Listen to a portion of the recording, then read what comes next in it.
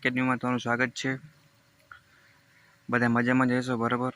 તો આપણે basic engineering drawing એટલે ઈડી સબ્જેક્ટ એન્જિનિયરિંગ ડ્રોઈંગ મેકેનિકલના પહેલા સેમમાં આવતો સબ્જેક્ટ મેકેનિકલનો ખાસ અને કહેવાય ને કે ડ્રોઈંગ માટેનો અને ડિઝાઇન માટેનો શરૂઆતમાં સ્ટાર્ટિંગ આ સબ્જેક્ટથી સ્ટાર્ટિંગ થાય બરાબર। તો એનું જો સિલેબસની વાત કરી કેટલા ચેપ્ટર આવે એનું કેટલું વેટેજ છે બરાબર ને કયા ચેપ્ટર કેટલા માર્કનું પૂછાય। ટોટલ 8 ચેપ્ટર ભણવાના હોય બરાબર। ટોટલ કેટલા 8। પહેલું આવશે એન્જિનિયરિંગ ડ્રોઈંગ, આમાં ખાલી સાધન ને એની ખાલી ડિટેલ હોય બસ, સાઇઝ ને કેટલા માપના બોર્ડ ને એવું બધું આવે એ। પ્લાનિંગ, લેઆઉટ અને scaling of drawing, line, letter અને ડાયમેન્શન, આમાં કઈ કઈ લાઇન હોય આપણે અને એનો ઉપયોગ, થિંક લાઇન છે, ડોટેડ છે, ડાયમેન્શન છે બરાબર, એ બધી લાઇન આવે। જીઓમેટ્રિકલ કન્સ્ટ્રક્શન, એન્જિનિયરિંગ કર્વ આવશે આમાં ટોટલ આપણે અલગ અલગ પ્રકારના। Projection of point, line and plan, orthography projection અને આઇસોમેટ્રિક પ્રોજેક્શન। પહેલું ચેપ્ટર હાવ સિમ્પલ, બીજું ત્રીજું એમાંથી મોસ્ટ ઓફ થિયરી પૂછાતી હોય, બાકી એન્જિનિયરિંગ કર્વ અને એ બધા છે ઓર્થોગ્રાફી એમાંથી બધીમાં ડ્રોઈંગ હોય બરાબર। સૌથી વધારે વેટેજવાળું ચેપ્ટરની વાત કરી તો એ આપણું આ કહેવાય ને કે જો આ projection of point, line and plan 17 માર્કનું બરાબર। પછી એન્જિનિયરિંગ કર્વ પણ 12 માર્કનું છે, ઓર્થોગ્રાફી પણ 12 માર્ક અને આઇસોમેટ્રિક પ્રોજેક્શન 10 માર્ક। આ છેલ્લા બે કહેવાય ને ચેપ્ટરમાં તો આપણે બહુ ટાઈમ વધારે માગી લઈએ, પણ પ્રેક્ટિસ હોય તો વાંધો ના આવે, બાકી 1 થી 6 ચેપ્ટર તો આરામથી કવર થઈ જાય આપણે। જે લોકોએ ઓટોકેટ કર્યું હોય તો ભવિષ્યમાં કરવાના હોય, એનેક્સ છે, સોલિડ વર્ક છે, એને આ બે ઓર્થોગ્રાફી પ્રોજેક્શન અને આઇસોમેટ્રિક પ્રોજેક્શન આ બે ખાસ ડ્રોઈંગ શીખવા પડે અને આના ઉપર ડિટેલમાં ડીપમાં અંદર આવતું હોય બરાબર।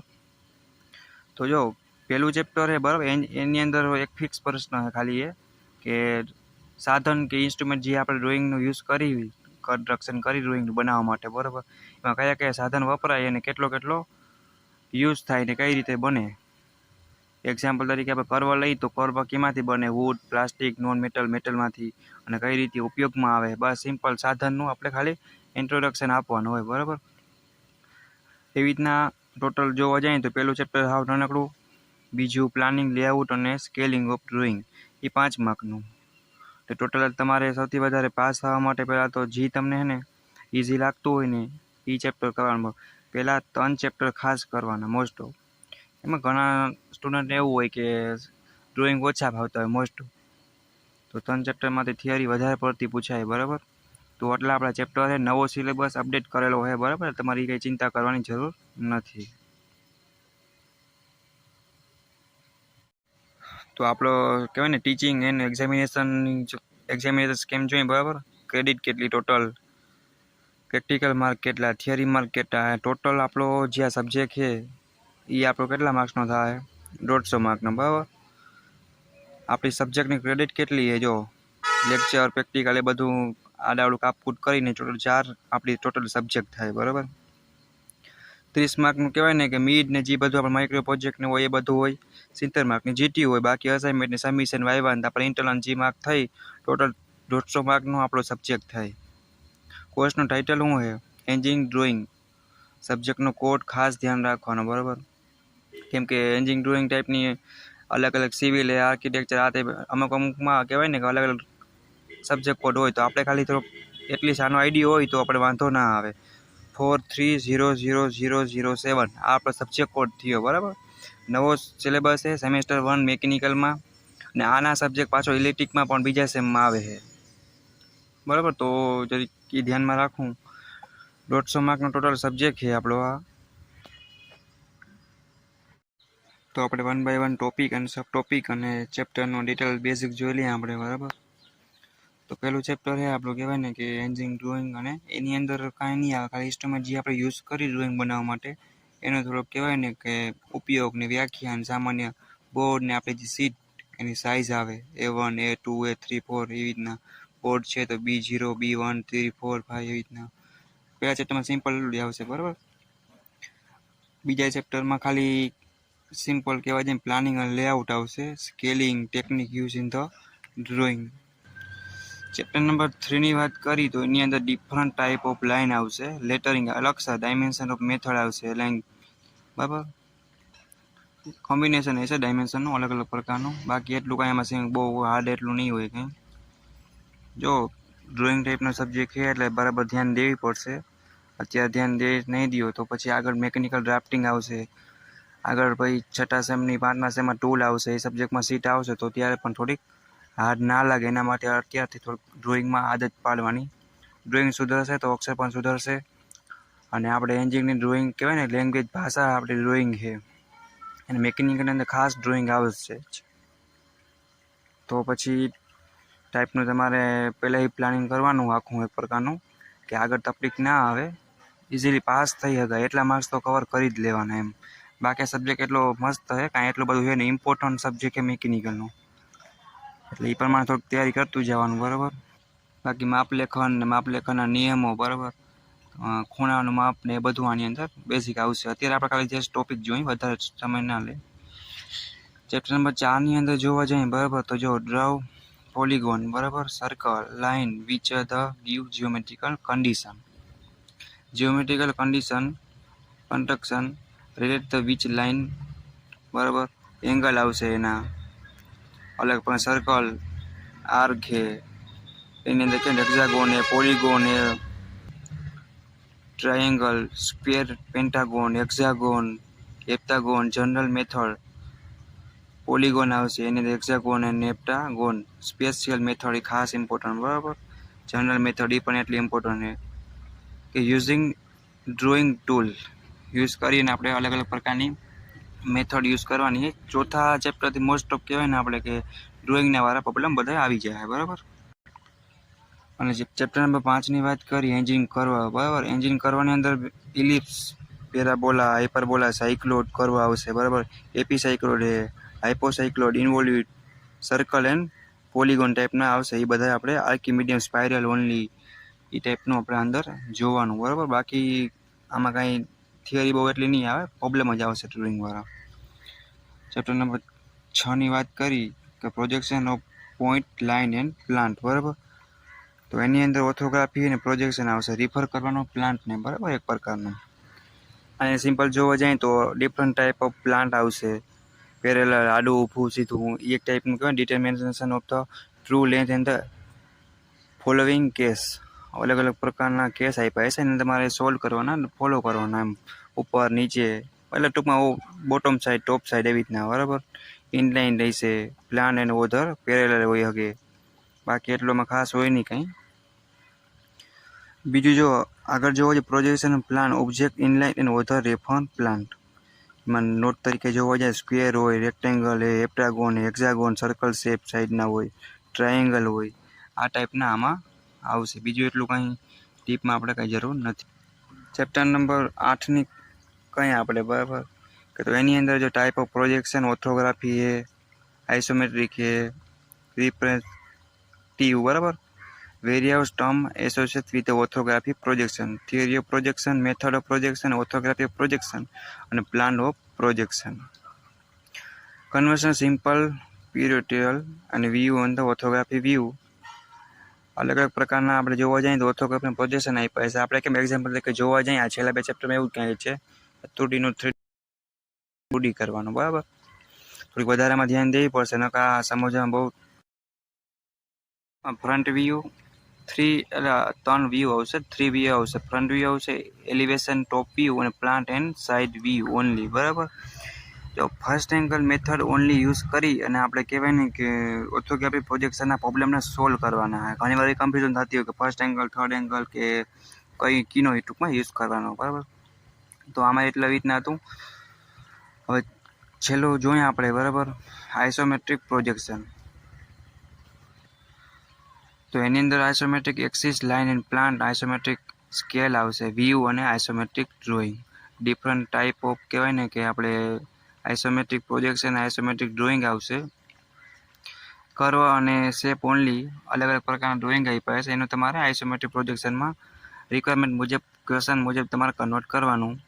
Without use only drawing instrument. જો ખાલી ડ્રોઈંગ ઇન્સ્ટ્રુમેન્ટનો યુઝ કરવાનો હોય, તમને અત્યારે હજી ખબર નહીં હોય પહેલાં સેમમાં હોય તો, કે આ ડ્રોઈંગ જે કોમ્પ્યુટરમાં આપણે ઓટોકેડના અથવા બીજા આપણે ડ્રોઈંગના સોફ્ટવેરનો યુઝ કરીને પણ દોરી શકે. પણ અત્યારે આપણે એવું નથી કરવાનું. ઓનલી ફોર ઇન્સ્ટ્રુમેન્ટ આપણા સાધન છે જે અલગ અલગ પ્રકારના, એનો યુઝ કરી અને આપણે સોલ્વ કરવાનો હોય ક્વેશ્ચનને. બાકી કંઈ એટલું ઇમ્પોર્ટન્ટ નથી. પણ પહેલાં આ ચેપ્ટરથી 1 બાય 1 વ્યવસ્થિત સમજતું આવવાનું, શીખતું આવવાનું, પછી આ 2 ચેપ્ટરમાં ભણવાનું. જે છોકરાને પાસ થવું જ છે ખાલી, બરાબર.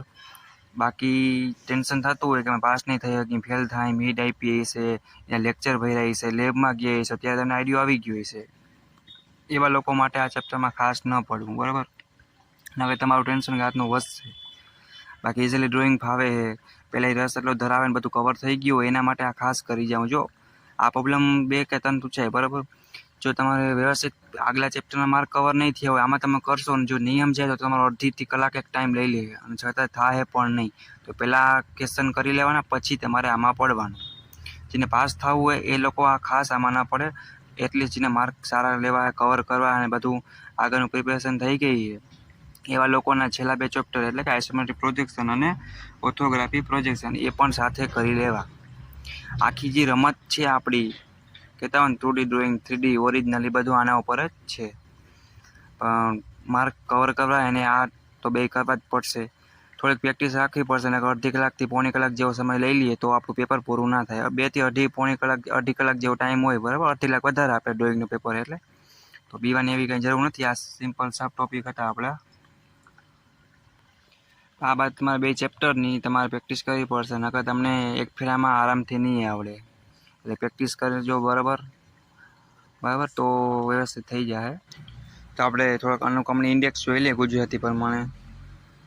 એન્જિનિયરિંગ ડ્રોઈંગ સાધનો, પહેલું ચેપ્ટર એન્જિનિયરિંગ આયોજન અને ગોઠવણી, રેખાઓ, અક્ષર લેખન અને માપન લેખન, ભૂમિતિ સંબંધિત રચનાઓ, બહુકોણીય રચના, કન્સ્ટ્રક્શન અને પોલિગોન, બરાબર.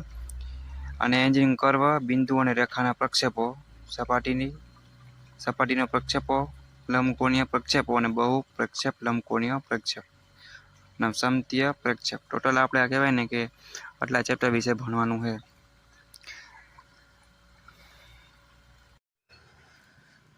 તો બીડી એટલે કે ઈડીની અંદર ટોટલ આપણે જો ઇન્ડેક્સ તમારા સામે રાખી, બરાબર. ટોટલ 8 યુનિટ આપણે ભણવાના છે. મોસ્ટ ઓફ પાસ થવા માટે આપણે જોવા જઈએ તો પહેલાં 5 થી 6 ચેપ્ટર ખાસ જરૂરી છે. અને માર્ક્સ જેને સ્કોર કરવા એના માટે છેલ્લા પણ જે આઇસોમેટ્રિક પ્રોજેક્શન અને આઇસોમેટ્રિક ટાઈપના જે ચેપ્ટર છે ઓર્થોગ્રાફીવાળા, એ પણ ખાસ કરી લેવા. તો તમારા ફ્રેન્ડને પણ કહેજો કે આ ચેનલમાં જોડાઈ જાય. ડિપ્લોમા 3 યર સિમ્પલી અને ઇઝીલી પાસ થવાઈ જાય, અને માર્ક્સ સ્કોર કરવા એના માટે પણ કેટલી બધી એવી ટ્રીક હોય, બરાબર. એ પણ આપણે નાખશી. હવે આપણે નેક્સ્ટ જ્યારે આનો વિડીયો અપલોડ થાય એ આપણે બીઈડી સબ્જેક્ટની આ સિલેબસ હતો, પ્લેલિસ્ટ ઉપર 1 બાય 1 ચેપ્ટરના પહેલા ચેપ્ટરથી એટલે કે એન્જિનિયરિંગ ડ્રોઈંગના સાધનોવાળું જે ચેપ્ટર છે પહેલું ફર્સ્ટ આપણું, એનાથી વિડીયો લેક્ચર પડશે, બરાબર. આપણે પ્લેલિસ્ટ ઉપર નાખી દઈએ. જો પાસ થવામાં મોસ્ટ ઓફ આમાં ફેલ થતા હોય, બેકલોગ ને એવું બધું આવતું હોય, પણ તમે એકવાર, હું તમને ગેરંટી આપું, હું તમને ભરોસો અપાવું કે તમે એકવાર આ વિડીયો લેક્ચર જોઈ જાઓ એટલે તમે પાસ ફેલ નહીં થાવ, એની ગેરંટી. બટ તમારે રીડિંગ કરવું પડશે. હું તમને પ્રશ્ન આપી દઈશ કે આટલા કરી નાખો એટલે તમે ફેલ ના થાવ. ફેલ થાવ તો તમે મને કહેજો, પણ તમારે મહેનત કરવી પડશે. પ્લસ મારા ટીક કરાવેલા આઈએમપી પ્રશ્ન અને તમને લેક્ચરમાં કરાવેલા આઈએમપી પ્રશ્ન એટલું તમે કરી જાઓ મોસ્ટ ઓફ, એટલે તમે ઇઝીલી, અને જેને માર્ક્સ કવર કરવા એના માર્ક પણ પર કવર થઈ જાય. ડરવાની જરૂર નથી. તકલીફ ક્યાં આવતી મોસ્ટ ઓફ આપણે, કે કોઈ આપણે કહેવાનું હોતું નથી આગળથી કે આ પ્રોબ્લેમ આવે તો આનું સોલ્યુશન આપણે આવી રીતે કંઈ મેળવી શકાય. તો ગુડ મિકેનિકલ એકેડમી ચેનલમાં તમને ઓલ પ્રોબ્લેમનું સોલ્યુશન, બરાબર, કે કેવા પ્રોબ્લેમ આવે તો કેવી સોલ્યુશન લેવું, વાઇવા, સબમિશન, મીટ, જીટીયુ, બધી ડિટેલ તમને આમાં મળી જાય. તો તમારા ફ્રેન્ડને પણ શેર કરજો. તમને લાઈફમાં ડિપ્લોમા સહેલું લાગશે એની ગેરંટી. બટ તમારે તૈયારી કરવી પડશે. લેક્ચર, લેબ, વ્યવસ્થિત ડ્રોઈંગની પ્રેક્ટિસ પાડવી પડશે, નકર કાંઈ ફેર પડશે નહીં, બરાબર. તો ના જોડાના હોય તમારા ફ્રેન્ડને કંઈ કે જોડાઈ જાય. હવે પછી આપણે જ્યારે નેક્સ્ટ મળશું ત્યારે વિડીયો લેક્ચર આપણે બીઈડી સબ્જેક્ટના પણ 1 પહેલા ચેપ્ટરથી આપણે મૂકશું, બરાબર. ડરવાનું નથી, પ્રેક્ટિસ કરતું રહેવાનું, મહેનત કરવી પડશે. રમતા રમતા ભણવાનું, ડિપ્લોમા પાસ કરવાનું, બાકી એટલું કંઈ અઘરું નથી. જો ગુજરાતી લેંગ્વેજ છે હજી કંઈક તકલીફ પડતી હોય, ઇંગ્લિશમાં હોય તો આપણે મોસ્ટ ઓફ જોવા જઈએ તો બીતા હોય, બરાબર. ગુજરાતીમાં સિમ્પલ થોડીક થિયરી કરી લેવાની અને ડ્રોઈંગ કરી લેવાનું. જેટલું, જો આપણે 9 એસપીની આશા નથી, 9 એસપી આવવા એવા જરૂરી નથી. જેટલા આવે એટલા પરફેક્ટ અને સિમ્પલ, જેટલું આવડશે એટલું મસ્ત શીખશી તો પણ લાઈફમાં ઘણું આગળ વધી શકાય. મેકેનિકલનો મેઇન સબ્જેક્ટ છે, બરાબર. તો વ્યવસ્થિત ધ્યાન દેવી પડશે. આ નહીં આવડે તો બીજા એસમાં મેકેનિકલ ડ્રાફ્ટિંગ પણ નહીં આવડે. અને અલગ અલગ ટર્બાઇન, વાલ્વ, બોઇલર એ ટાઈપની ફિગર આવશે. જો આની પ્રેક્ટિસ હશે તો એ પણ સિમ્પલી દોરાઈ જાય. અને સબમિશનમાં ઇઝીલી સીટ ને તે બધું વર્ક ટાઈમર પૂરું રાખવાનું તો માર્ક પણ કવર થઈ જાય. સીટ ટાઈમે જેવી ક્લાસમાં લેક્ચર પતે સર કહી દે એટલે કમ્પ્લીટ દોરી જ નાખવાની, એ પણ ભૂલ નહીં કરવાની. બાકી આમાં એટલું કોઈ ડરવાની બીવાની કાંઈ જરૂર નથી. મસ્ત સબ્જેક્ટ છે. ખોટું ભાષણવાળું આપણે સબ્જેક્ટમાં વાંચીને લખવું એના કરતાં આમાં આપણે સિમ્પલી એક મેથડ પ્રોપર સમજી જવાની, ઇન્સ્ટ્રુમેન્ટનો યુઝ કરી અને મસ્ત દોરી નાખવાની. અને પેપર મસ્ત જોઈએ, જો વ્યવસ્થિત તૈયારી કરી હોય ને તો છેલ્લે મેલો ને ખાસ ઇમ્પોર્ટનો કહેવાય ને કે મિકેનિકલનું શરૂઆત થાય ડ્રોઈંગમાં આપણે. અને એન્જિનિયર ફિલ્ડમાં મિકેનિકલમાં તો ડ્રોઈંગ તો આવશે જ. તો અહીંયા બીવાનું નથી, આપણે એને સ્કિલ ઇમ્પ્રૂવ કર થોડુંક પહેલાં કઢાતું જાય એટલે આગળ પછી વાંધો ના આવે. Thank you. તો આગળથી આપણે હવે નેક્સ્ટ જ્યારે બીડી સબ્જેક્ટની પ્લેલિસ્ટમાં નંબર 1 એટલે એન્જિન ડ્રોઈંગના સાધનોવાળું ચેપ્ટર છે એનું આપણે નાખશું વિડીયો. બરાબર, થેન્ક યુ, બાય.